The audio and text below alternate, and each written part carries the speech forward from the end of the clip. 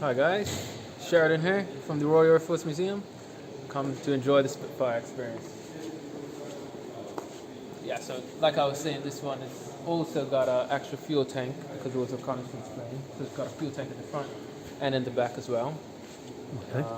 If you look over here, we got 50 caliber machine gun on the left side with the red knob. Yeah. And a 20 millimeter cannon on the right side. They last between 10 to 14 seconds.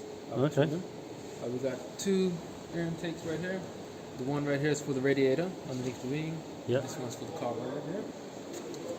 Come around. We also got camera right here. Well, that's a gun camera, is it? Yeah, so it's mainly for long distance photography and also just confirming kills. Oh, okay. Yeah. Yeah, so the Yeah. Mark 16. Quite a good aircraft, this one. I didn't know they did a Mark 16. Yeah, up to 24. Well, some people would say 25, I believe. But yeah, it's 24 Yeah. Marks. Wow. Yeah. That's super cool. Yeah. Then you got the F with the Mark 5A, Mark 5B, Mark 5C. So some people say it's more than 24, technically. I see there's a whole volunteer group that work towards the Spitfires. I just saw on the board Yeah, there. they clean the aircraft and make Do they sure that... donate the marks, you know, if they find parts? Oh, possibly, but I'm not 100% sure. I know a lot of the gentlemen, they used to work on the aircrafts before. Right.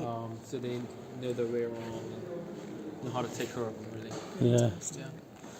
I know part of our pre-flight checks, we have to check the leading edge of the wing, of the propeller, and the trailing edge of the nasty So neck something in there. like that you would Yeah, they So- pick it up on that because Yeah. they have to grind that out. yeah. And then you got balance all the blades all the way around. So yeah, and there's another ding on the tip of that one. Yeah.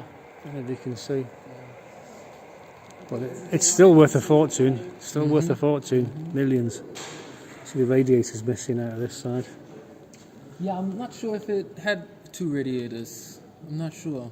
I asked my boss about this one. He's trying to figure out exactly what this air intake was for.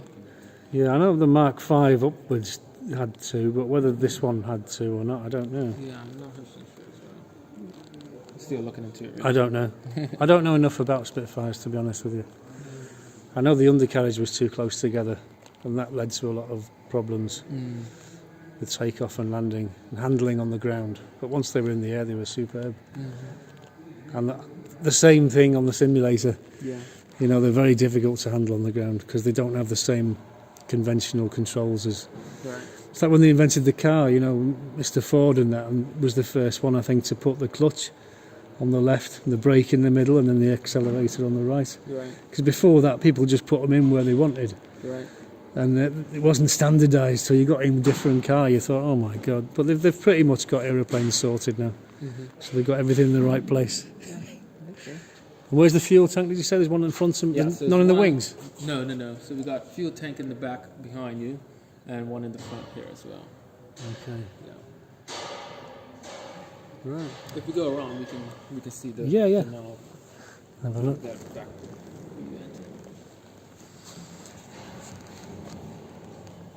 Okay. Can I go under this way? Yeah. Yeah. Because these blocks they're just put in there to stop the wind from damaging them because they'll just flap up and down in the wind. So you've got to take all these out before flight, obviously. Yeah.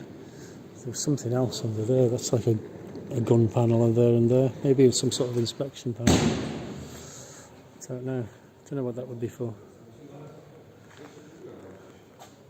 Wow. Superb.